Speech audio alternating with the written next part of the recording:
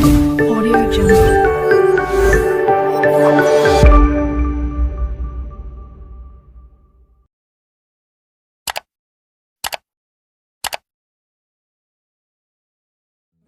Assalamualaikum warahmatullahi wabarakatuh. Saya Hikmah Hutapea. Kali ini dengan mata pelajaran oceanografi, saya bersama teman saya Ferawati dan Lukman Hakim akan menjelaskan tentang sifat fisik dan sifat kimia air laut. Sifat fisik air laut terdiri dari yang pertama temperatur, kedua densitas air laut, ketiga warna air laut, keempat tekanan hidrostatis, dan kelima kompresibilitas dan rampat gelombang. Kemudian sifat kimia air laut terdiri dari salinitas, pH dan kadar karbon, oksigen terlarut dan karbon dioksida, nutrien dan konduktivitas terlarut.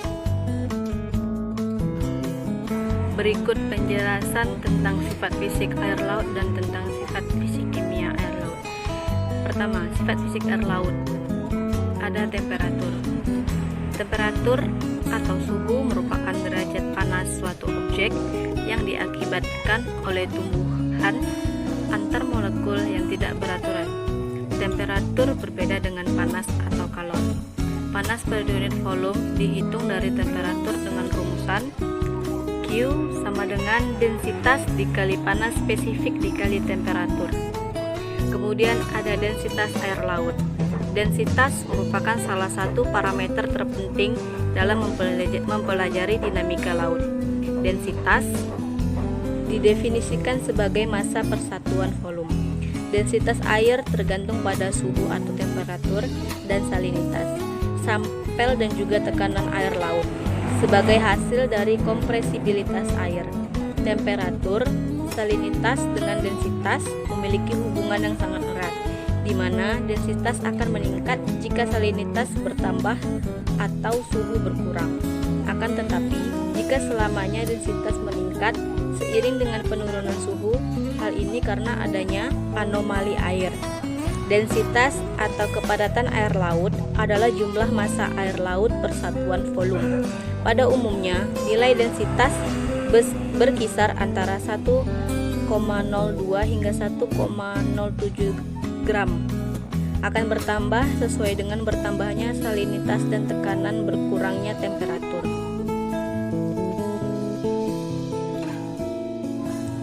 Kemudian warna air laut.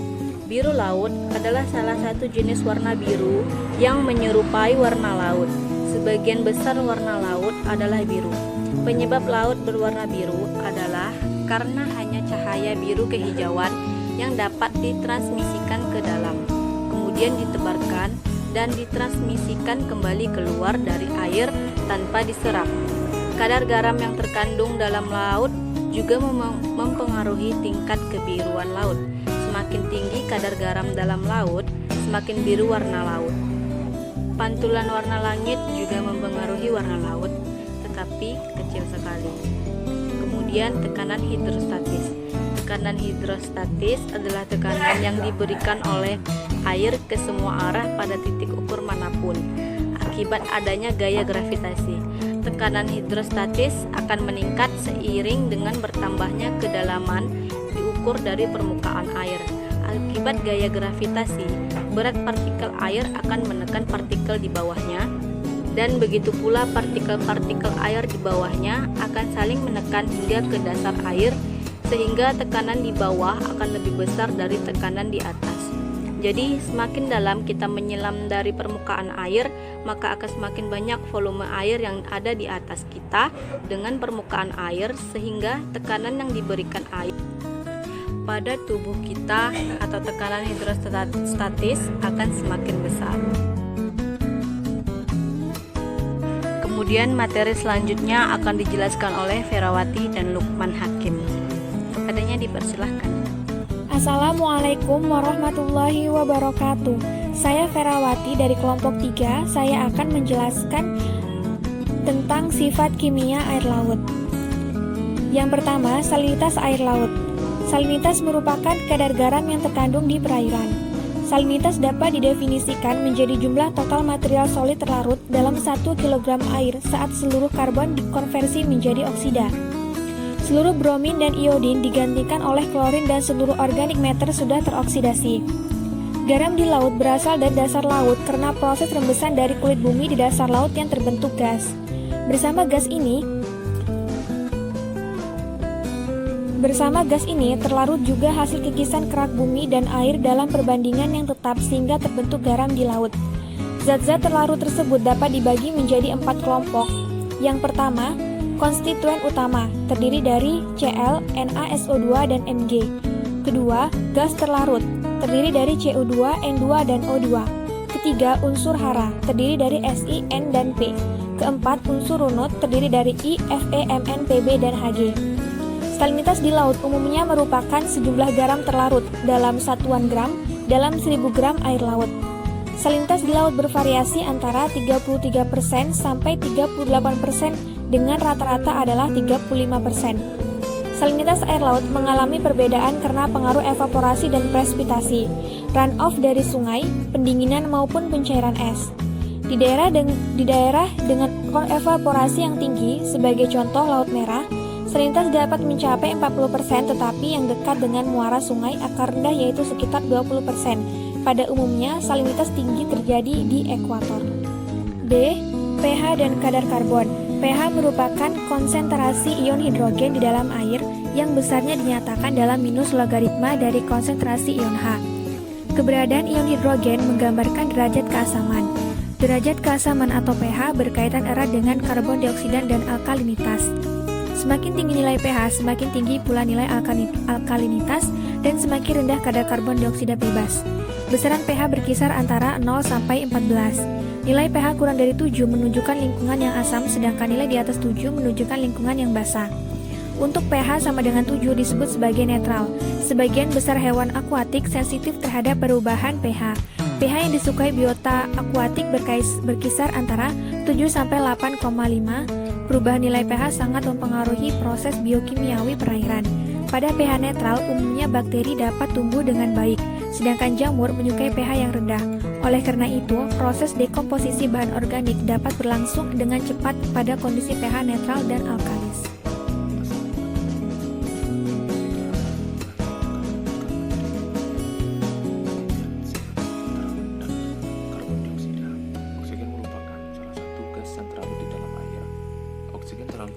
Banyaknya oksigen yang terlarut dalam air. Kadar oksigen yang terlarut di perairan bervariasi tergantung pada suhu, turbulensi, dan tekanan atmosfer. Kadar oksigen terlarut semakin kecil saat suhu dan ketinggian semakin besar, serta tekanan atmosfer semakin kecil. Sumber oksigen berlarut pada berasal dari difusi oksigen yang dapat di atmosfer dan aktivitas fotosintesis oleh tumbuhan air dan fotosintesis. Oksigen terlarut akan berkurang karena berkurangnya fotosintesis akibat terbatasnya cahaya matahari yang masuk ke perairan. Kadar terendah cahaya matahari pada kedalaman 500 sampai 1000 meter. Di bawah zona tersebut, kadar oksigen akan kembali meningkat. Oleh karena itu, kedalaman memberikan pengaruh terhadap kadar oksigen. Sekitar 30% gas terlarut di perairan laut adalah oksigen. Tetapi sekitar 100 kali bahkan lebih oksigen di atmosfer lebih besar daripada yang terlarut di lautan. Rata-rata 6 mg oksigen terlarut pada setiap liter air atau 6 per milion oksigen per liter air. Sejumlah kecil oksigen sangat dibutuhkan oleh hewan dan organisme yang hidup di perairan. Oksigen terlarut di laut karena aktivitas fotosintesis tanaman dan organisme lain yang oksigen dari atmosfer. Dari SON 2006. Dan selanjutnya itu nutrien. Nutrien merupakan unsur atau senyawa kimia yang digunakan untuk metabolisme atau fisiologi organisme. Nutrien merupakan komponen yang dibutuhkan untuk produksi bahan organik. SON 2006. Tanaman melakukan fertilisasi membutuhkan nitrat atau fosfor. Nitrogen dan fosfor sering habis karena adanya eutrofikasi saat produksi tinggi yang secepat, sehingga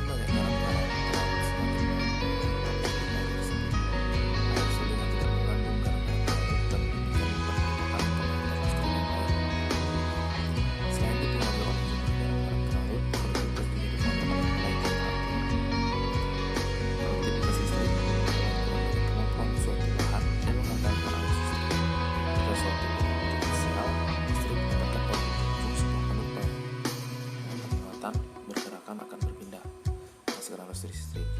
Konduktivitas listrik didefinisikan sebagai rasio dari rapat arus terhadap kuat medan listrik. Pada beberapa jenis bahan dimungkinkan terdapat konduktivitas listrik yang anisotropik.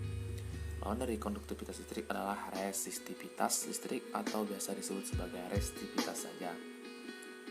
Baiklah, hanya itu yang bisa kelompok kami sampaikan.